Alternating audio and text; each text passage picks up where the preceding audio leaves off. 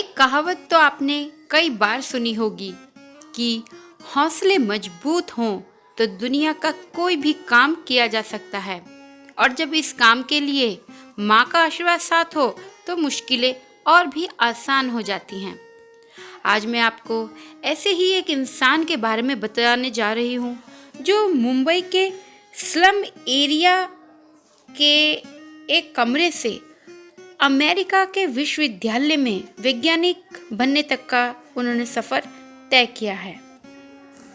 आज जय कुमार एक वैज्ञानिक हैं जिन्होंने पीएचडी करने के लिए मुंबई में एक झुग्गी झोंपड़ी की सड़कों से लेकर वर्जीनिया विश्वविद्यालय तक का सफ़र तय किया है।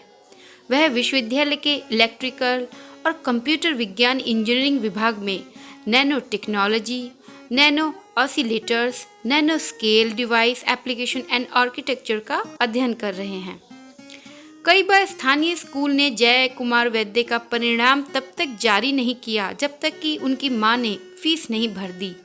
उनकी मां के पास फीस के लिए पैसे नहीं होते थे।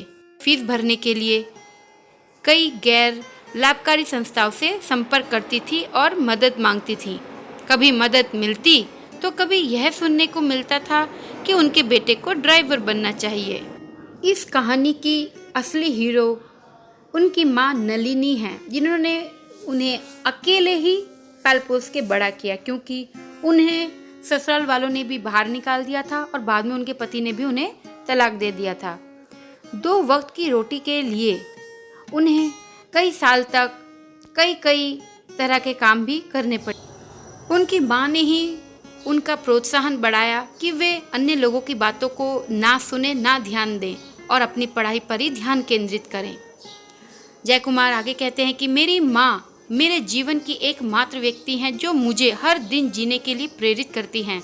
मैं कभी भी उस कर्ज को नहीं चुका सकता हूँ। उन्होंने मुझे प्रेरित किया और मैंने भी उनके लिए यही किया। यही कारण है कि मैंने कभी हार नहीं मानी। ऐसे समय थे जब मैंने घर से चले जाने के बारे में सोचा था, लेकिन मैं अपनी माँ को छोड़ नहीं सकता था। जब तक वह वहाँ है मुझे वहाँ रहना होगा। वह जीने, सफल होने और दुनिया की मदद करने की मेरी प्रेरणा है।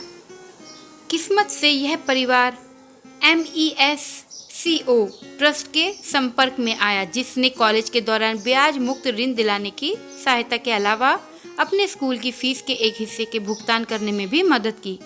जय कुमार कहते हैं कि सुब्रमण्यम दंपति, अनिल मोरका, बलदेव सर टाटा ट्रस्ट और इंडिया डेवलपमेंट फाउंडेशन जैसी संस्थाओं और लोगों ने मेरी सहायता की। वह दान पर जीने से नाखुश थे। उन्होंने एक स्थानीय टीवी रिपेयर की दुकान में सोल्डरिंग का काम किया, जिससे उन्हें प्रति माह 4000 रुपये मिलते थे। उन्होंने कुर्ला क्षेत्र में कपड़े की दुकान पर भी काम किया और कई छात्रों के असाइनमेंट का भी काम किया। वर्षों की कड़ी मेहनत और अध्ययन के बाद उन्होंने अंततः KJ Somaiya college of engineering से इलेक्ट्रिकल इंजीनियरिंग में स्नातक किया। इस कॉलेज में उन्होंने रोबोटिक्स में 3 राष्ट्रीय और 4 राज्य स्तरीय पुरस्कार जीते थे। यहाँ से उन्हें लॉर्सन एंड टूब्रो में इंटर्नशिप करने का मौका मिला।